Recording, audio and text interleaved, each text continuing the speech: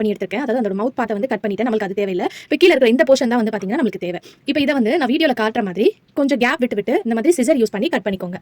இந்த மாதிரி கட் பண்ணும்போது உங்களுக்கு ஒரு பேங்கிள் ஷேப்ல வந்து பார்த்தீங்கன்னா உங்களுக்கு கிடைக்கும். ஸோ ஒரு 4ல இருந்து 5 பீஸ் உங்களுக்கு எவ்வளோ வேணுமோ அதுக்கேற்ற மாதிரி நீங்க கட் பண்ணி எடுத்துக்கலாம்.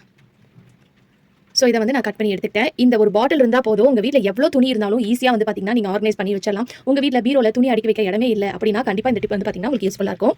இப்போ நான் இங்கே ஹேங்கரில் வந்து சாரி தான் எடுத்திருக்கேன். நம்ம நார்மலாக வந்து இந்த மாதிரி சாரி வந்து ஒரு ஹேங்கரில் ஒரு சாரி மாட்டி நம்ம பீரோல வந்து மாட்டி வைப்போம். நான் இந்த டிப்பை வந்து நீங்கள் ட்ரை பண்ணி பாருங்க. உங்கள் பீரோல இடம் இல்லை அப்படின்னா கண்டிப்பாக இந்த டிப் உங்களுக்கு யூஸ்ஃபுல்லாக இருக்கும். இப்போ நம்ம கட் பண்ணி வச்சிருந்தோம் இல்லையா அந்த பாட்டில் பேங்கிள் சைஸ் மாதிரி அதை வந்து இந்த ஹேங்கரோட மேலே வந்து இந்த மாதிரி மாட்டிக்கோங்க. அதுக்கப்புறம் இன்னும் சாரி நம்ம ஹேங்கரில் மாட்டி வச்சிருப்போம் இல்லையா அதை வந்து அந்த பேங்கிள் மாதிரி நம்ம கட் பண்ணி வச்சிருக்கோம் இல்லையா பாட்டில் அதுக்குள்ளே நீங்கள் மாட்டி விட்டுக்கலாம். அதாவது நான் சொல்லும்போது உங்களுக்கு புரியாது, வீடியோவில் பார்க்கும்போது உங்களுக்கு புரியும். ஸோ இப்போ நம்ம இன்னொரு சாரி வந்து இதில் மாட்டணும்னா அந்த ஹேங்கரில் வந்து பார்த்தீங்கன்னா நீங்கள் இந்த பேங்கில் மாட்டி விட்டுட்டு அதுக்குள்ளே இந்த மாதிரி மாட்டி விடணும்.